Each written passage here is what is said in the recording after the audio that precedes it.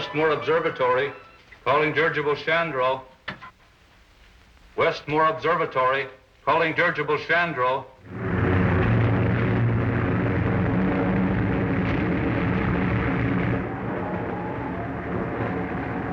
Not scared, are you, buddy? Well, I guess I was a little scared before you got above that blizzard. Keep a secret? Yes, sir. So was I. Well, I'm still scared. What for? We're up so high we can hardly breathe, and we're about to run out of oxygen. Westmore Observatory, calling dirigible Chandro. Flying too low now. Think on any more ice and snow? Calling dirigible Chandro. Westmore Observatory, calling dirigible Chandro. Good, they finally found us. Brayden, take the controls.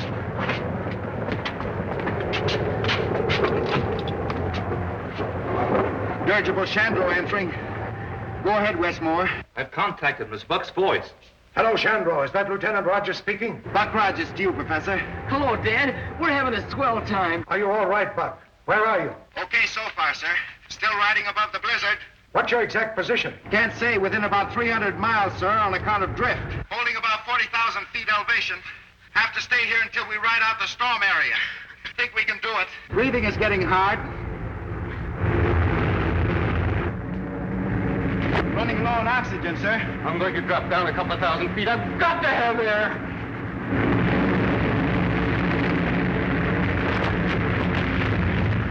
Throw out ballast. We're losing altitude. We're going down where we can breathe. Are you fool? We're loading down with ice. Maybe too late now to lift this weight. No, Professor. We've dropped down into the storm. Buck's trying to climb out, but he can't make it. What are you going to do? Bail up before we crash. Stop him, Mitchell. He'll freeze to death before he lands. It's better than dying in here like rats.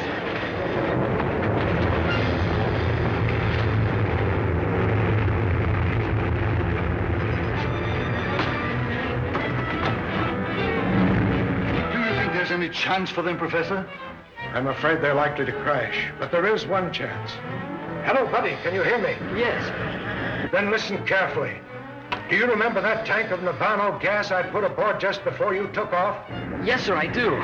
If you're forced down, will you promise me to turn the lever on that tank as far to the right as you can, buddy? Yes, sir, I will. I don't get it. What is Navano gas? It's a recent discovery of the professor's. A gas that induces suspended animation. Suspended animation? Well, that's a lot of hokum, isn't it? Like perpetual motion and... Show it. You see that dog? He's been in there nearly 3 months. What's strange about that? He's dead, isn't he? He's neither dead nor alive for the time being.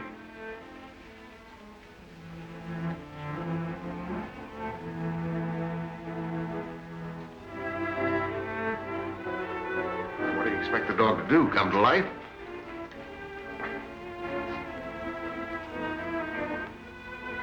Here, feel of his heart. Why, it's starting to beat. I put a tank of that gas aboard the Chandro as a precautionary measure. If they were forced down in some inaccessible spot, I hoped it would sustain their lives until relief ships could rescue them.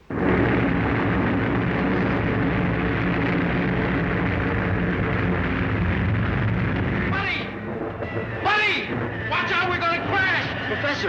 Professor! What is it, buddy? Buck says we're going to crash. Goodbye, Dad. Ask Buck for his approximate latitude and longitude. Buck, Professor Morgan wants to know your approximate latitude.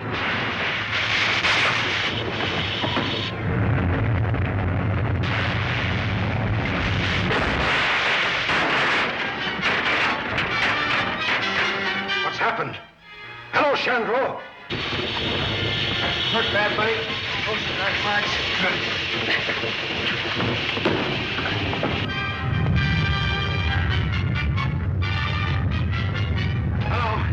Hello. Chandro just crashed. Give me your latitude and longitude, and turn on the Navano gas. Gas is turned on, sir. Latitude about 70 north, sir. Longitude.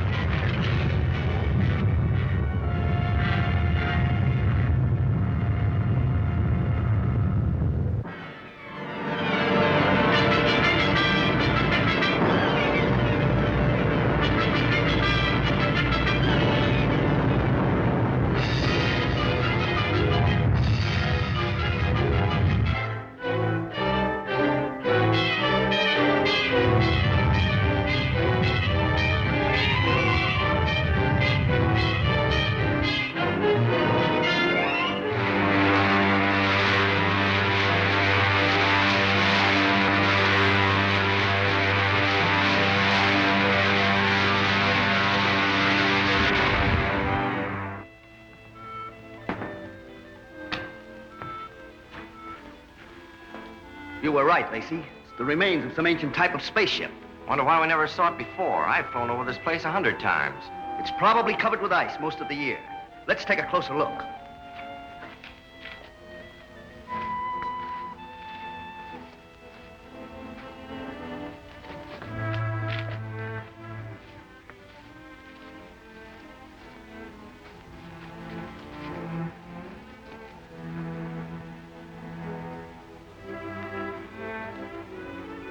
We'll use our disintegrator pistols.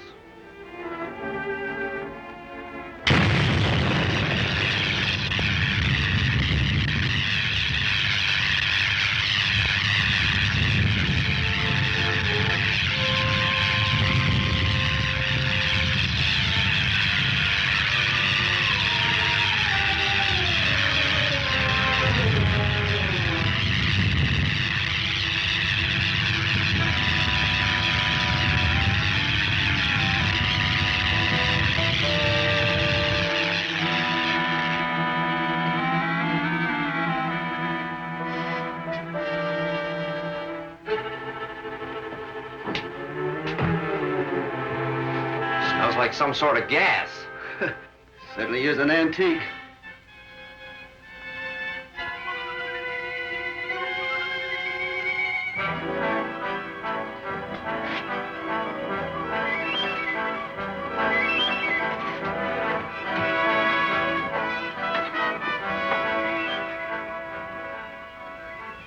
They're in a perfect state of preservation. Must have been frozen since the ship crashed.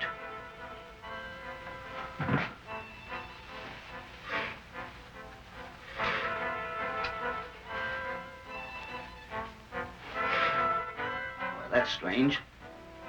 Body's almost natural temperature. Let's get them out of here. This gas is making me drowsy. Well, take hold of his feet.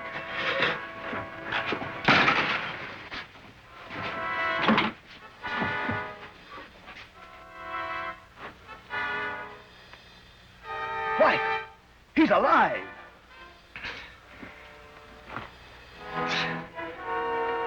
Sure I'm alive. What's wrong with you?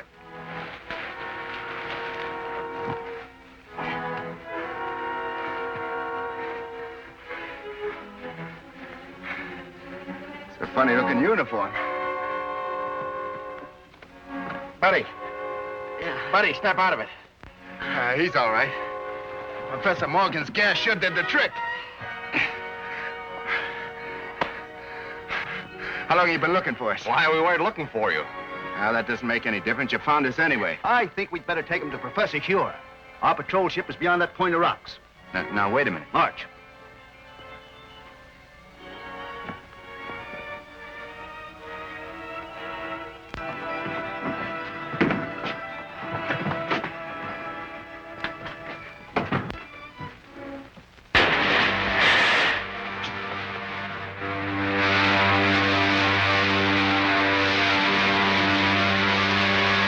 I don't get it. This ship's at least 100 years ahead of anything I ever saw. I wonder how fast we're going. About 1,000 miles an hour at least. Polar Patrol, calling Operations Office. Polar Patrol, calling Operations Office. Operations office. Go ahead, Polar Patrol. Golly, they sure dialed in quick. Put this call through to Scientist General Huer. It is urgent. One moment. Go ahead. Captain Rankin speaking. We're approaching the city with 2 prisoners found in a dirigible. A dirigible? That's impossible. Such ships haven't been used since the 20th century. 20th century? What does he mean? I don't know. Ship was frozen in the tip of Bering Glacier. Prisoners were in a state of suspended animation when we found them. Bring them directly to me when you land. That is all.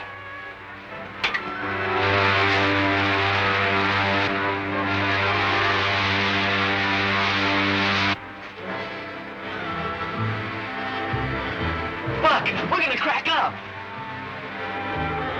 No, look, buddy.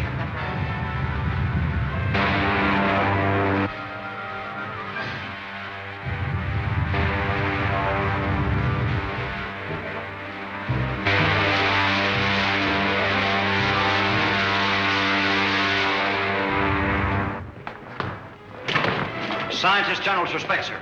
You're to come directly to his headquarters. Thank you, Lieutenant. Come along, men.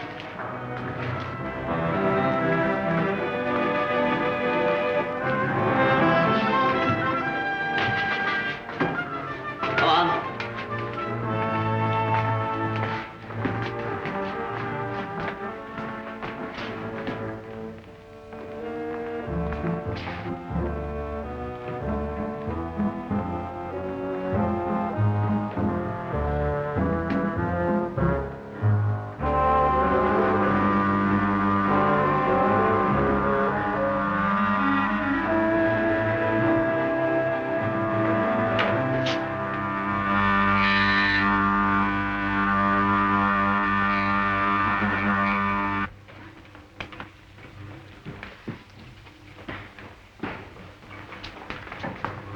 Professor Ure. So what kind of an elevator is that, anyway? By radioactivity, it breaks down the atoms of the body to their component parts. And reversing polarity reassembles them wherever desired. Take my place, Lieutenant Deering. Follow our spaceship through the televi. How did you come to be in that dirigible? I was in command. We'd taken off from New York and were making a transpolar flight around the world when... What year was that? 1938. 1938? Impossible. Let me verify that.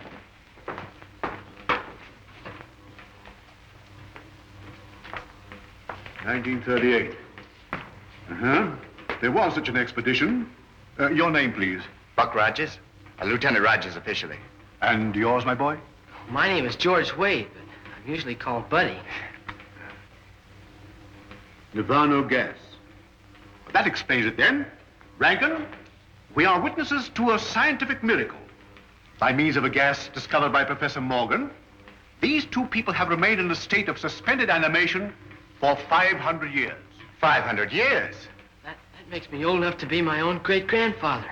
But, Professor Ure, that's impossible, sir. Dr. Ure, Killer Kane has captured another of our pilots.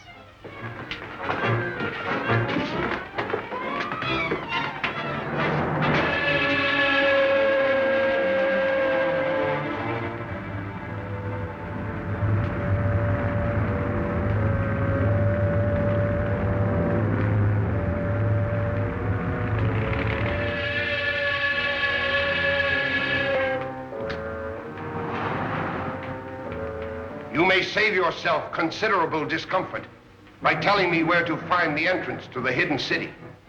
I do not remember. I think I know a way to make you remember.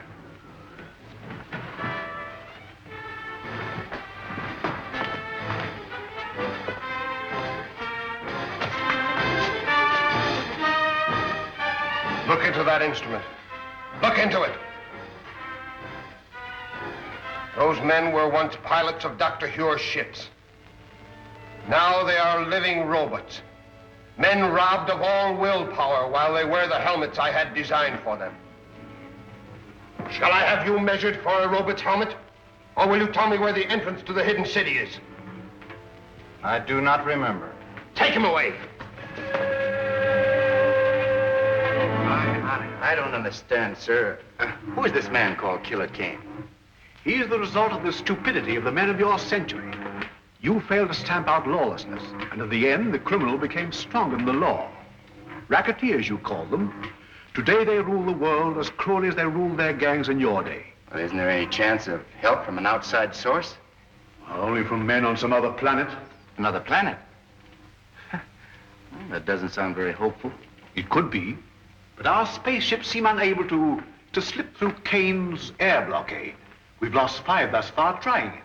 You mean you actually have ships that can travel from planet to planet? Of course. If you have ships that can travel that far, you know, I think I know a way of running that blockade. Well, if you have any plans, I'm ready to listen to them. But to me, it seems much hopeless. Am I right, Marshal Craig, in assuming that you can operate a plane from the ground at such a distance, mind you, by means of radio? That's correct, Rogers. Well, then, sir, why don't you send up such a ship as a decoy? While Kane's patrol is following it, I can slip through in a spaceship and get help from Saturn. We've already lost too many ships and crews. We can't afford to try it. It seems to me you can't afford not to try it, sir. Rogers is right, Marshal. Unless we get help from Saturn, our cause is lost. Very well, sir. You're in charge. Thank you very much. Lieutenant Deering, you will go with Rogers to establish a means of communication with Saturn, if you do get through to that planet.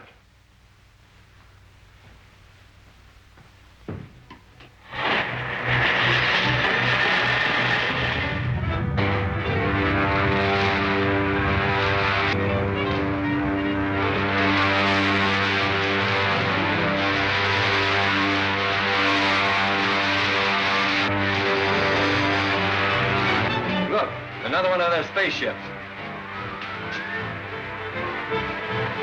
Patrol ship 7-4 calling 60,000-foot patrol.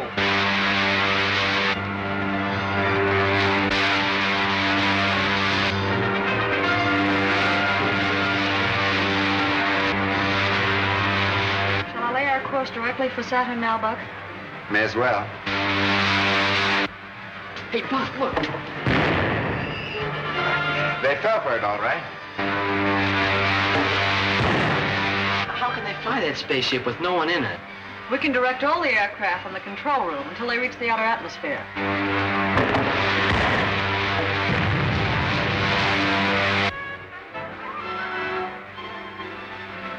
Don't think we'll run into any more trouble. Why don't you take a nap, Wilma? I'll take the controls. Thanks very much.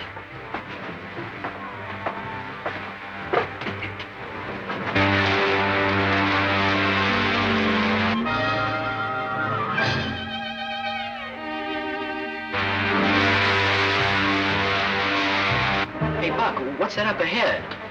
Looks like a gray wall. That's the outer atmosphere of Saturn, buddy. It's 10 times denser than the air around the Earth.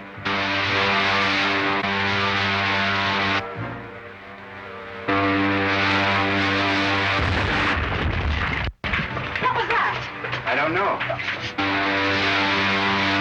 Look, it's two of Killer Kane's ships coming up fast behind us.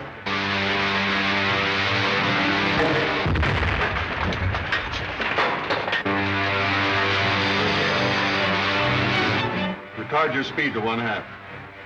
If we do, they'll get away from us. Don't worry about that. They'll either have to slow down or go up in smoke. Retarding rockets. If we enter that atmosphere at this rate of speed, the friction will burn us to a crisp. Look, they smashed some rockets. I can't fire them.